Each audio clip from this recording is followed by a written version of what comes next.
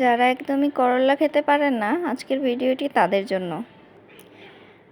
Fry প্যানে তেল দিয়ে একটু গরম হলে করলা, আলু, পেঁয়াজ, লবণ, হলুদ, মরিচ এগুলো দিয়ে একসাথে নেড়েচেড়ে মিশিয়ে নেব।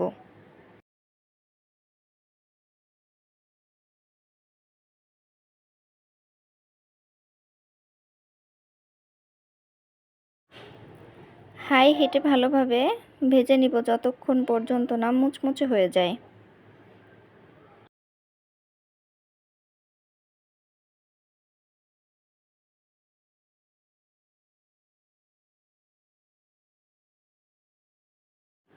এরকম সহজ আরও রেসিপি পেতে আমার চ্যানেলটি সাবস্ক্রাইব করে বেল বাটনে ক্লিক করে রাখবেন।